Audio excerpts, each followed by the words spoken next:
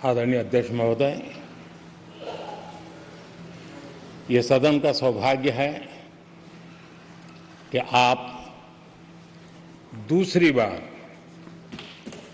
इस आसन पर विराजमान हो रहे हैं। आपको और इस पूरे सदन को मेरी तरफ से मैं बहुत बहुत बधाई देता हूं।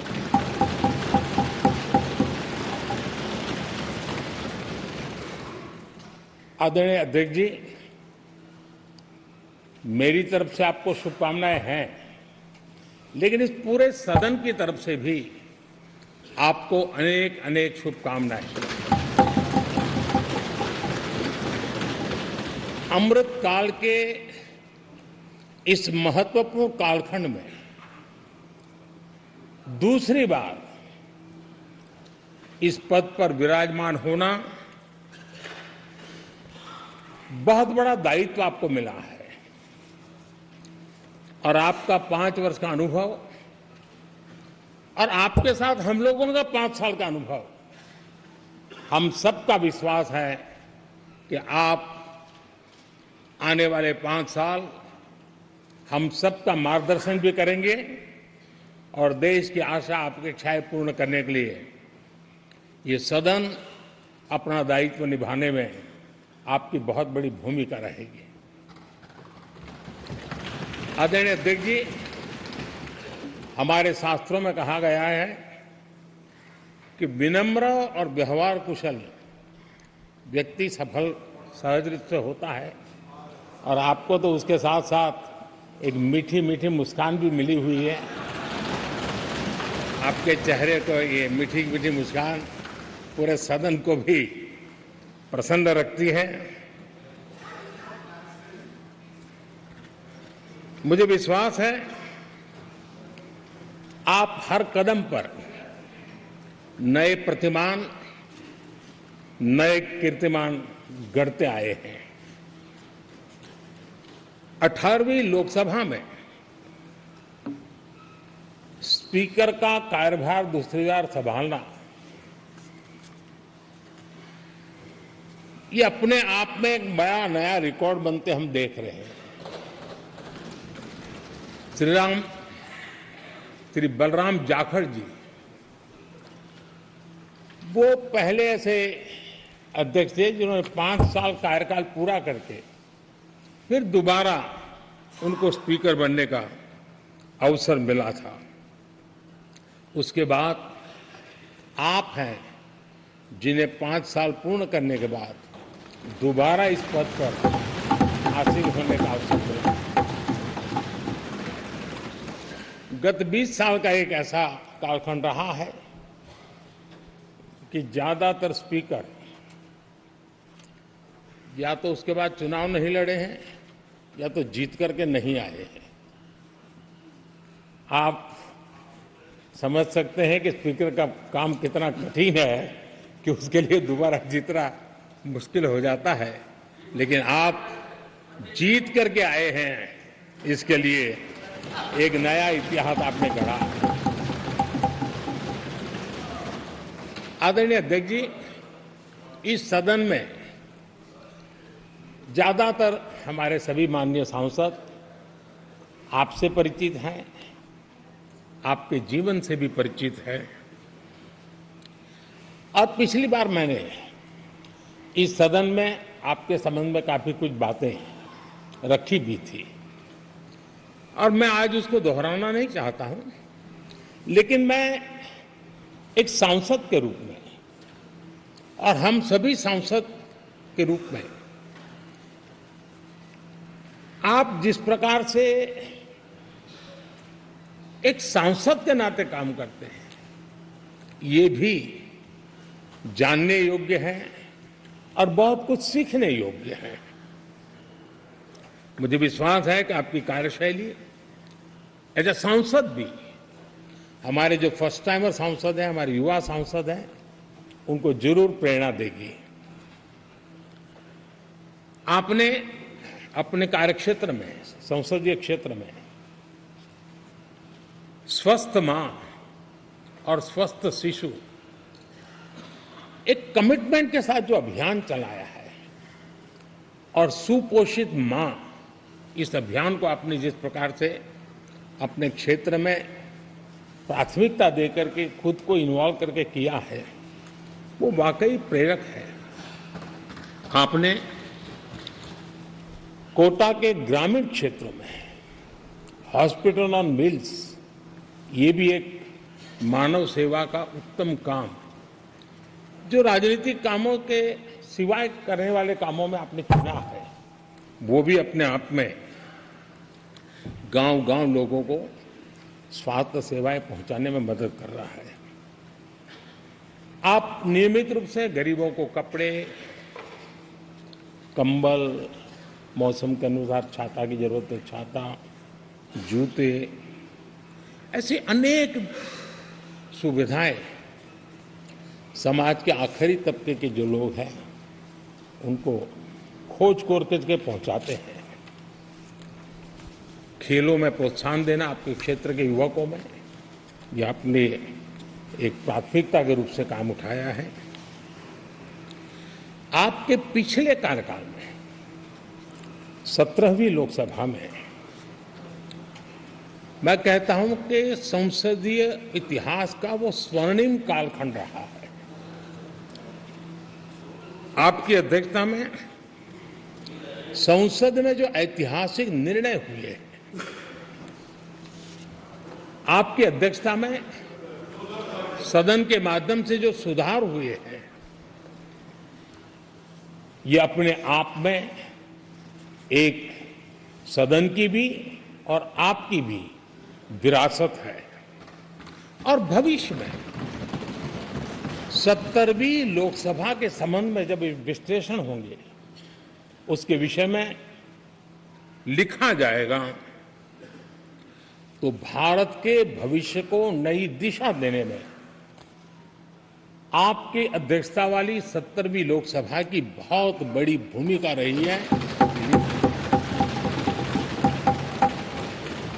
आदरणीय अध्यक्ष जी, 17वीं लोकसभा में नारी शक्ति मंदन अधिनियम 2023, जम्मू कश्मीर पुनर्गठन विधेयक, भारतीय न्याय संहिता, भारतीय साक्ष्य बिल, भारतीय नागरिक सुरक्षा संहिता, सामाजिक सुरक्षा संहिता, digital personal data protection bill, मुस्लिम महिला विवाह अधिकार संरक्षण विधेयक, transgender persons protection of rights bill, consumer protection bill, direct tax विवाद से विश्वास विधेयक, सामाजिक, आर्थिक और राष्ट्रीय महत्व के ऐसे कितने ही महत्वपूर्ण ऐतिहासिक कानून 17वीं लोकसभा में आपकी अध्यक्षता के अंदर इस सदन ने पारित किए हैं और देश के लिए एक मजबूत नींव बनाई है। जो कार्य आजादी के 70 साल में नहीं हुए, आपकी अध्यक्षता में इस सदन ने इसको करके दिखाया।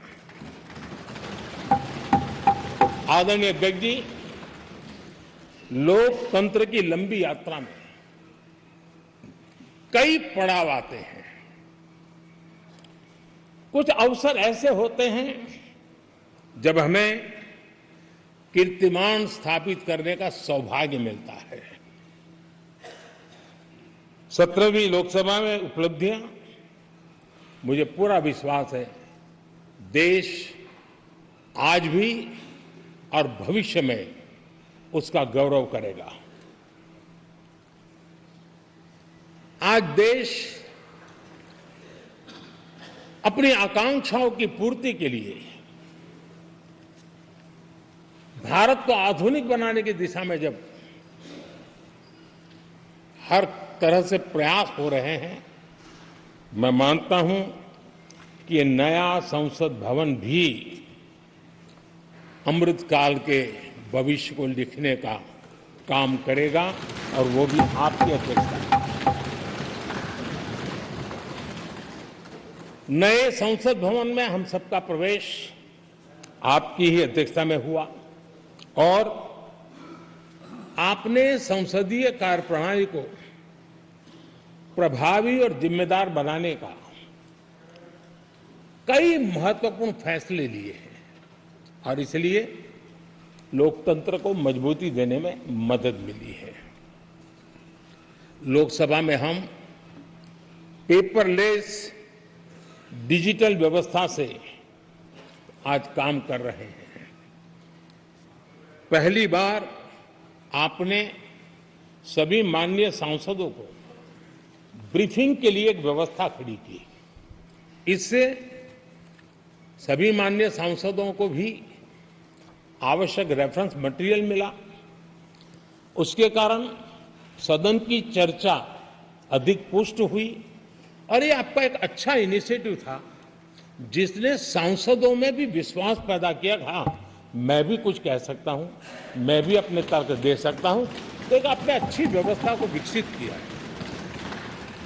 आदरणीय अध्यक्ष जी, G20 भारत की सफलता के एक महत्वपूर्ण पृष्ठ है, लेकिन बहुत कम चर्चा हुई है, वो है P20 और आपके नेतृत्व में G20 देशों के जो पीठासीन अधिकारी हैं, स्पीकर्स हैं, उनका सम्मेलन आपकी अध्यक्षता में हुआ और अब तक P20 के जितने सम्मेलन हुए हैं उसमें ये ऐसा अवसर था कि दुनिया के सर्वाधिक देश आपके निमंत्रण पर भारत आए और बहुत ही उत्तम प्रकार के निर्णय उस समिट में हुए और उसने विश्व में भारत की लोकतंत्र की जो प्रतिष्ठा है उसको गौरव देने में बहुत बड़ा रोल अदा किया है।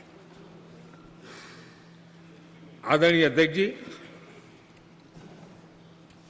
ये हमारा भवन ये सिर्फ 4 दीवारें नहीं है।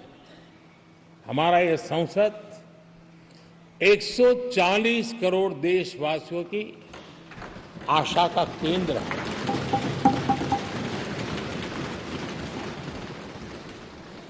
संसद की कार्यवाही, जवाबदेही और आचरण हमारे देशवासियों के मन में लोकतंत्र के प्रति जो उनकी निष्ठा है उसको और अधिक मजबूत बनाता है। आपके मार्गदर्शन में 17वीं लोकसभा उसकी प्रोडक्टिविटी 25 साल के हाईएस्ट लेवल पर 97% रही और इसके लिए सब माननीय सदस्य तो अभिनंदन के अधिकारी हैं, लेकिन आप विशेष अभिनंदन के अधिकारी हैं। कोरोना जैसे मुश्किल कालखंड में आपने हर सांसद से व्यक्तिगत फोन पर बात करके उनका हाल पूछा। कहीं किसी सांसद की बीमारी की खबर आई तो आपने सदन के अध्यक्ष के नाते व्यक्तिगत रूप से उसकी चिंता की और वो सभी दल के सांसदों से जब मुझे सुनने को मिलता था मुझे बड़ा गर्व होता था कि जैसे आप इस सदन के परिवार के मुखिया के रूप में उस कोरोना कालखंड में भी व्यक्तिगत चिंता करते थे। कोरोना काल में भी आपने सदन का काम रुकने नहीं दिया। सांसदों ने भी आपके हर सुझाव को सर आंखों पे चढ़ाया। किसी को ऊपर बैठने के लिए कहा तो वो वहां जाके बैठा, किसी को दूसरे जगह पे जाके बैठने के लिए कहा तो वो भी बैठा, लेकिन देश के काम को किसी ने रुकने नहीं दिया। लेकिन आपने ये जो फैसले किए उसका परिणाम है कि हम उस कठिन कालखंड में भी कार्य कर पाए। और एक खुशी की बात है कि कोरोना काल में सदन ने 170% प्रोडक्टिविटी, ये अपने आप में दुनिया के लिए एक बहुत बड़ी खबर है। आदरणीय अध्यक्ष जी, हम सब चाहते हैं कि सदन में आचरण, सदन के नियमों का पालन हम सब करें और आपने बड़े सटीक तरीके से, संतुलित करके और कभी कभी कठोरता के साथ भी फैसले लिए हैं। मैं जानता हूं कि ऐसे निर्णय आपको पीड़ा भी देते हैं, लेकिन सदन की गरिमा और व्यक्तिगत पीड़ा में आपने सदन की गरिमा को पसंद किया और सदन की परंपरा को बनाने का प्रयास किया। ये साहसपूर्ण काम के लिए भी आदरणीय अध्यक्ष जी, आप अभिनंदन के अधिकारी हैं। मुझे विश्वास है आदरणीय अध्यक्ष जी, आप तो सफल होने ही वाले हैं, लेकिन आपकी अध्यक्षता में यह 18वीं लोकसभा भी बहुत सफलतापूर्वक देश के नागरिकों के सपनों को पूर्ण करेगी। मैं फिर एक बार आपको इस महत्वपूर्ण दायित्व के लिए और देश को विकास की नई ऊंचाइयों पर ले जाने वाले इस सदन की अध्यक्षता के लिए हृदय से बहुत बहुत शुभकामनाएं देता हूं, बहुत बहुत बधाई देता हूं। श्री राहुल गांधी